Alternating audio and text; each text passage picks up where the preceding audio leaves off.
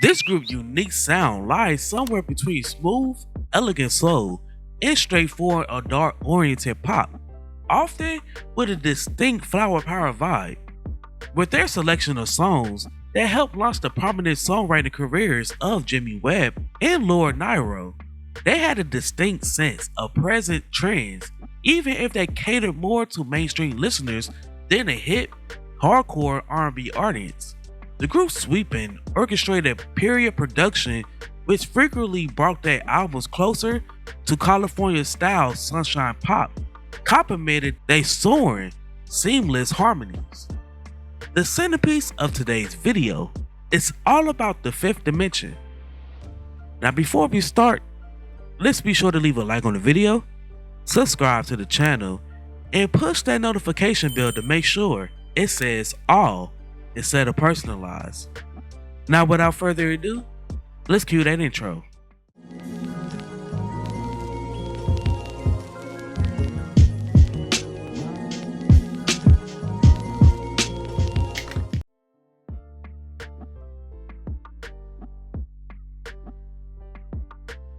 This story begins in Los Angeles, California in 1965 as the Versatiles. Lamont McLemore, Ron Townsend, and Billy Davis Jr. all grew up in St. Louis and later moved to Los Angeles independently for one another. Each member learned different genres of music such as jazz, opera, and gospel and R&B respectively. Marilyn McCool was the first female singer to join the group, and she was soon joined by Florence LaRue, who both was ex-beauty pageant winners who attended college in the LA area. The group's demo tape was originally rejected by MOTOWN, but after a one-off single for Bronco Records, they caught the attention of singer Johnny Rivers, who just set up his own label named Soul City Records. Rivers signed the group in 1966 under the condition that they update their name and image. This, the fifth dimension, was born. Their first single with Soul City Records was I'll Be Loving You Forever. Mary, Mary, don't be contrary. Don't leave me all alone. Which became a flop, but a cover of the Mamas and the Papas, Go Where You Wanna Go, climbed into the top 20.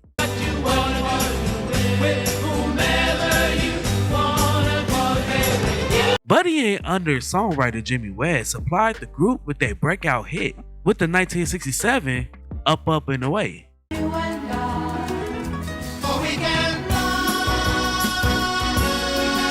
This song became the group's first top 10 hit, peaking at number 7. Also, it went on to sweep the Grammy Awards, taking home 5 Grammys in total.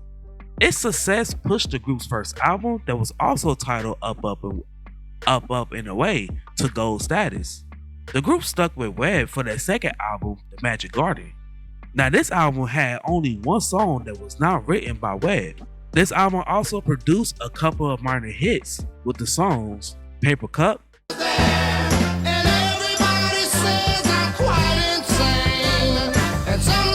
and Carpet Man.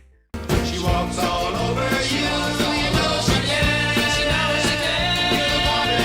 But nothing was on the level of Up Up and Away. The group's third album was more diverse, featuring several songs by another up-and-coming songwriter, Lord Nyro. One of the songs that Nyro cut was Stone Soul Picnic, that charted all the way to number 3 in the spring of 1968, selling over 1 million copies, also putting her as a songwriter on the map.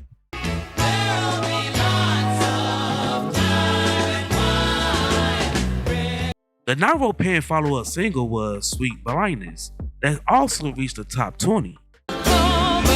I'm just a bit of a shade hungover. Come on, baby, do it.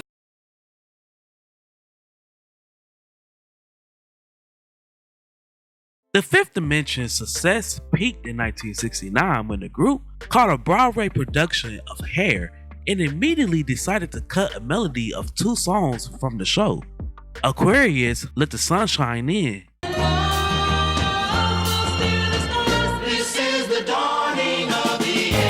Now this song was a monster hit. and it grew to become one of the era's defining pop records.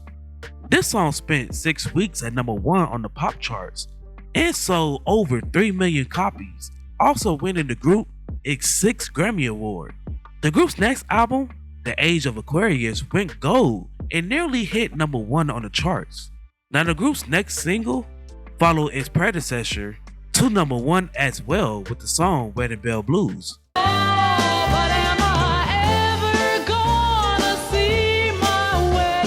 Now this was something of a mirror of real life. Billy Davis and Marilyn McCool got married in 1969. Also, Florence LaRue married the group's longtime manager, Mark Gordon. Johnny Rivers sold Soul City Records to the Bell label in 1970, and the Fifth Dimension first LP under this new label was the 1970s Portrait, which spawned several minor hits in the top 5 smash hit One Less Bell to Answer. But all I do is cry. That same year, the group brought a controversial performance at the White House. Now, although the group sang the Declaration, Their creator with certain a socially conscious critique, the simple act of appearing before President Nixon further aligned the group from the black wing of their fan base. At the time where their release had already begun to peak higher on the pop charts than the R&B side. Indeed, their Bell recordings moved farther into the soft pop and more away from R&B and the gently trippy vibes of their late 1960 material.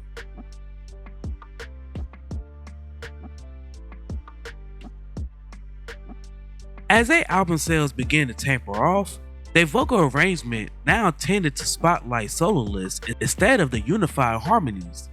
McCool emerged as the focal point singing lead on the 1972 top 10 hits, Last Night I Didn't Get to Sleep at All, Oh, and last night I got to thinking, and If I Could Reach You. I let you take my love. These songs proved to be the group's last major success. The 1974 album, Soul and Inspiration, marked the end of their relationship with producer Bones Howell. The 1975 Earthbound was another full-length collaboration with Jimmy Webb, and much like the Magic Garden album, its thematic unity failed to produce a significant hit single. This was also the last album that had the original lineup, as McCool and Davis left the group to form a duo where they scored a big hit in 1976 with the song You Don't Have to Be a Star. what you have within. Now I don't. The remainder of the trio carried on with new members and nearly had a hit that same year with the LaRue song Love Hangover.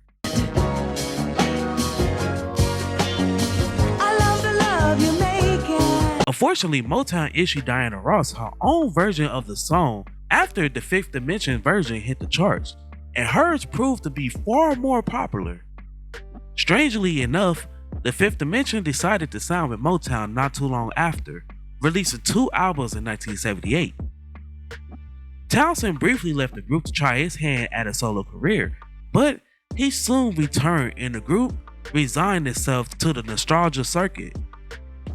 Meanwhile, McCool served a stint as the host of Solid Gold.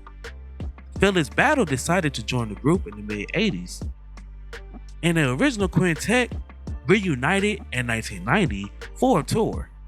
In 1995, the quintet of LaRue, Townsend, Macklemore, Battle, and Greg Walker recorded a new album, In the House, for Click Records. In 1998, Willie Williams replaced Townsend, who sadly passed away in 2001 due to kidney failure. Battle departed the group in 2002 and was replaced by Van Drew. The group was inducted into the Vocal Group Hall of Fame in 2002, and on August 9, 1991, they received a star on the Hollywood Walk of Fame and the St. Louis Walk of Fame on March 18, 2010. Now before we go, I have a few questions for you all. Do you think the Fifth Dimension deserves to be inducted into the Rock and Roll Hall of Fame or the R&B Hall of Fame? Also, what is your favorite song from the Fifth Dimension?